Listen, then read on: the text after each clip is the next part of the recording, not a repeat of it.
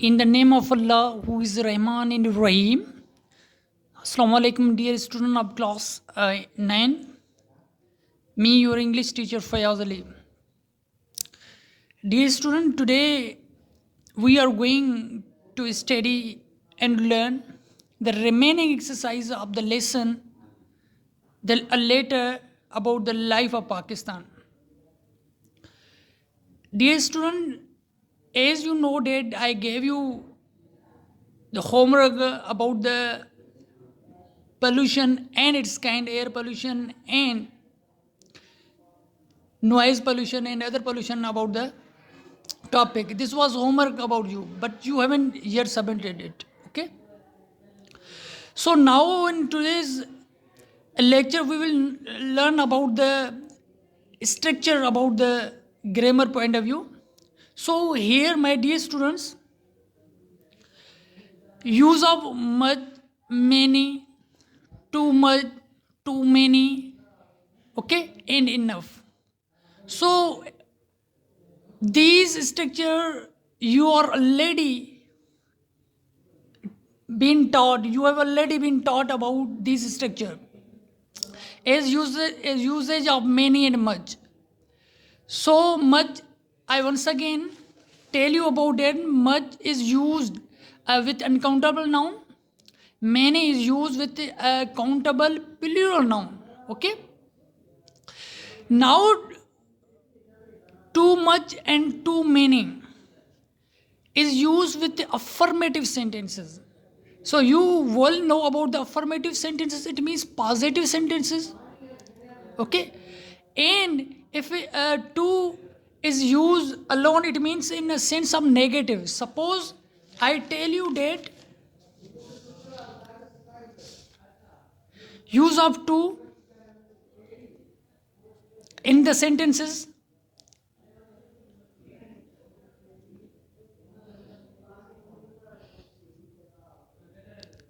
the fan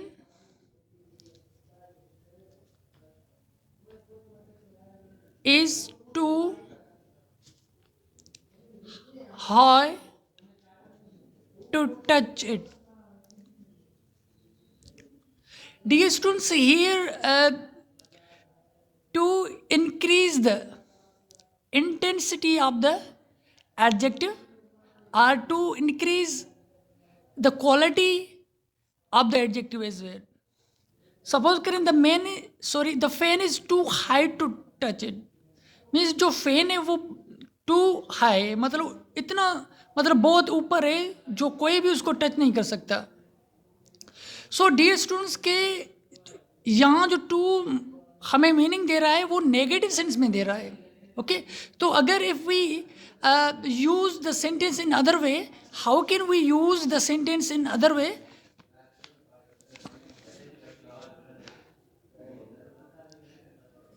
The fan is so high that one cannot touch it. Okay, dear student, you can also express the sentence in this way also. Okay, so now come to the use of too much and too many.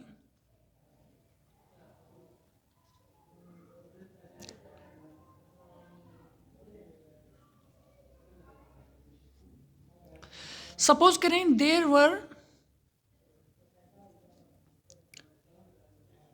too many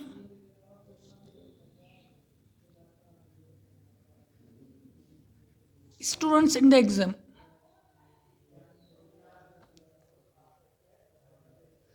के exam में to many क्या है कि मतलब बहुत ज़्यादा, मतलब ज़्यादा स्टूडेंट्स मतलब एग्ज़ाम में मौजूद थे. Too many. ओके. यहाँ हमें जो मीनिंग में मिल रही है वो मतलब क्या है, पॉजिटिव सेंस में मिल रही है. यहाँ जो पहले सेंटेंस में थी वो नेगेटिव सेंस में थी. ओके. तो ये कंसीडर करें. अब टू मैनी, मैंने अभी बताया आपको कि many is use with countable plural noun. Okay. तो यहाँ जो स्टूडेंट्स हैं, स्टूडेंट को हम काउंट भी कर सकते हैं, ओके। तो प्लूरल में तो है लेकिन उसको काउंट कर सकते हैं, लेकिन जो चीज़ प्लूरल में ना हो, अनकाउंटेबल हो, जिस चीज़ को हम काउंट ना कर सकें, तो उनको उनकी जगह पे हम टू मच यूज़ कर सकेंगे। सपोज करें कि ही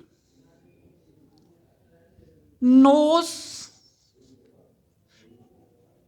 to much about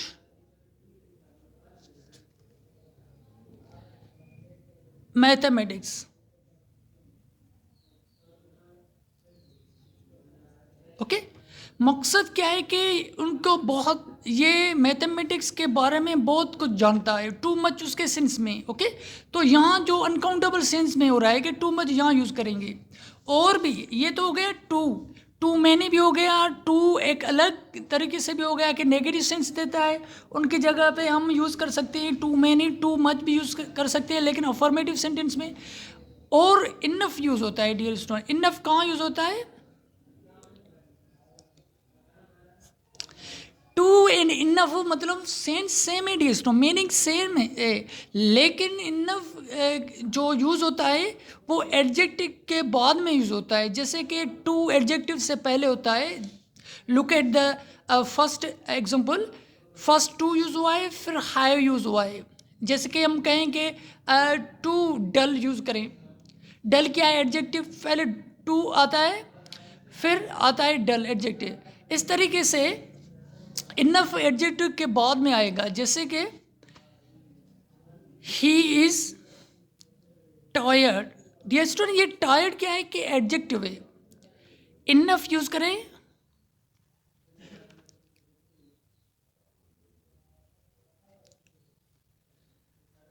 to work, okay.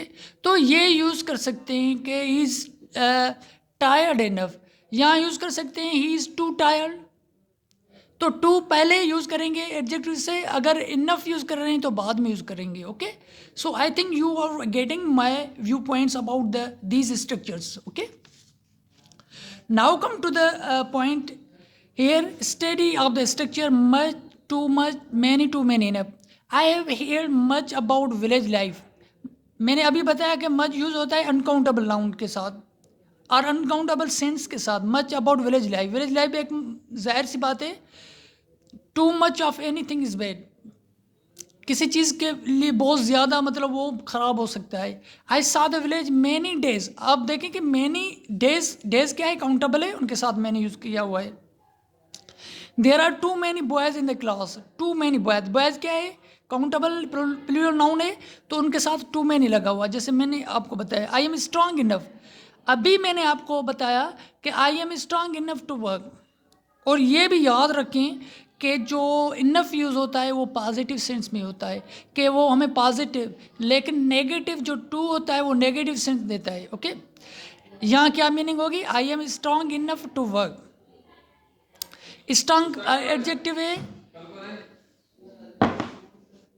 Adjective है, और जो इनफ है उसके बाद में यूज़ हुआ है, ओके। तो इस हिसाब से कि इनफ बाद में आएगा, okay. I am strong enough to work, तो इसकी क्या मीनिंग होगी? मैं बहुत ज़्यादा स्ट्रांग हूँ काम करने के लिए, मकसद के मैं काम कर सकता हूँ।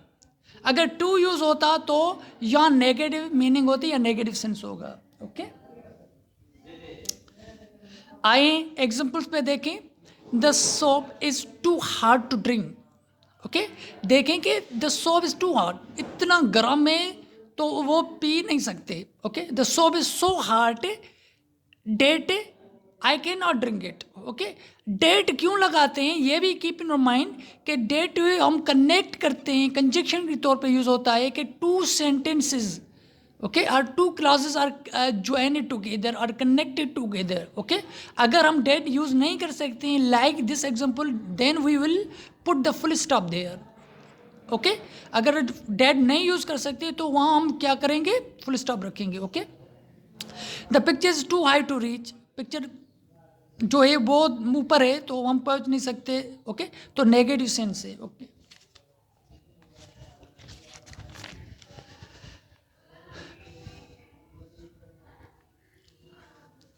अब देखेंगे dear students, he is tall enough to touch the ceiling fan. अब देखेंगे इनफ जो है, तो मैंने पहले ही बताया था कि मीनिंग देता है किसकी, पॉजिटिव की। मतलब वो इतना लंबा है तो सीलिंग फैन को टच कर सकता है। He is very tall, he can touch the ceiling fan. यहाँ देखेंगे नेगेटिव नहीं है क्योंकि इनफ पॉजिटिव सेंस में यूज़ हो रहा है। ओके,